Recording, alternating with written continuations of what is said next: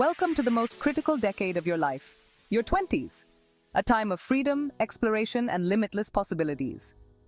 But are you setting yourself up for financial success or disaster? Did you know that 70% of Indians and Pakistanis struggle with debt and financial insecurity in their 30s and 40s? Don't let that be you. Mistake number 1.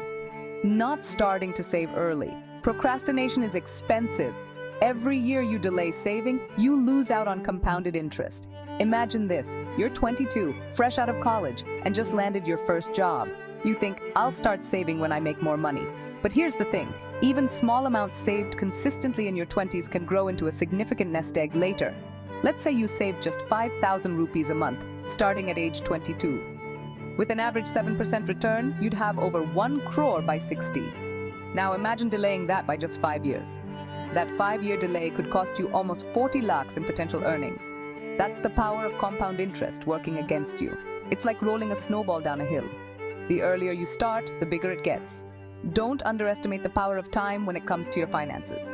You might think a few thousand rupees won't make a difference now, but trust me, your future self will thank you for starting early. Ask yourself, can I afford to lose 1 lakh or more in potential savings? Mistake number 2, not investing wisely. Don't put all your eggs in one basket. You've worked hard for your money. Now, it's time to make it work for you. Investing might seem intimidating, but it's one of the smartest financial moves you can make in your 20s. Think of it like this. You wouldn't bet everything on one horse in a race, would you? The same principle applies to investing. Diversification is key. Instead of putting all your money into a single stock or asset class, spread it out. Consider investing in a mix of stocks, bonds, and mutual funds. Each of these asset classes carries different levels of risk and potential for returns. By diversifying your portfolio, you're essentially cushioning yourself from potential losses. If one investment performs poorly, others can help balance it out. Remember, investing is a marathon, not a sprint.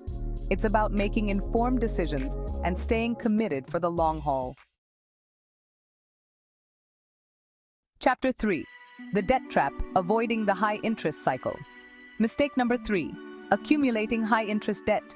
Credit cards, personal loans, they can drown you in debt.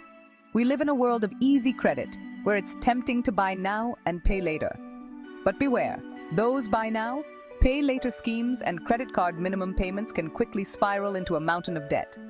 High-interest debt, like that from credit cards, is like a financial anchor weighing you down. Every rupee you pay in interest is money that could be going towards your savings, investments, or your future.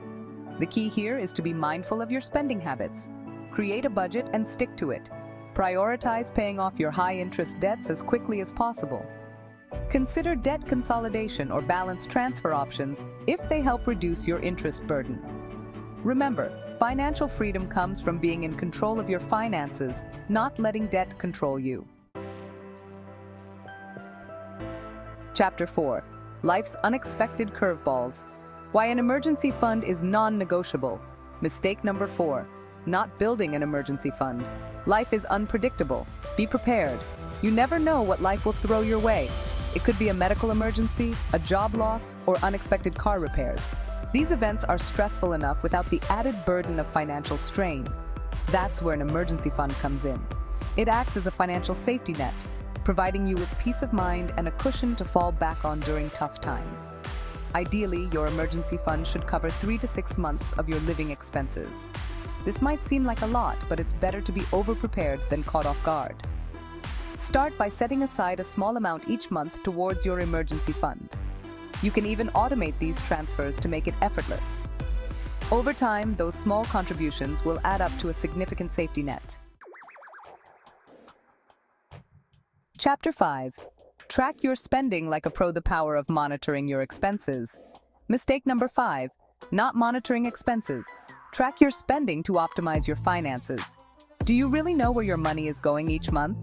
Many people are surprised to discover how much they spend on non-essential items when they start tracking their expenses. Think of it like this.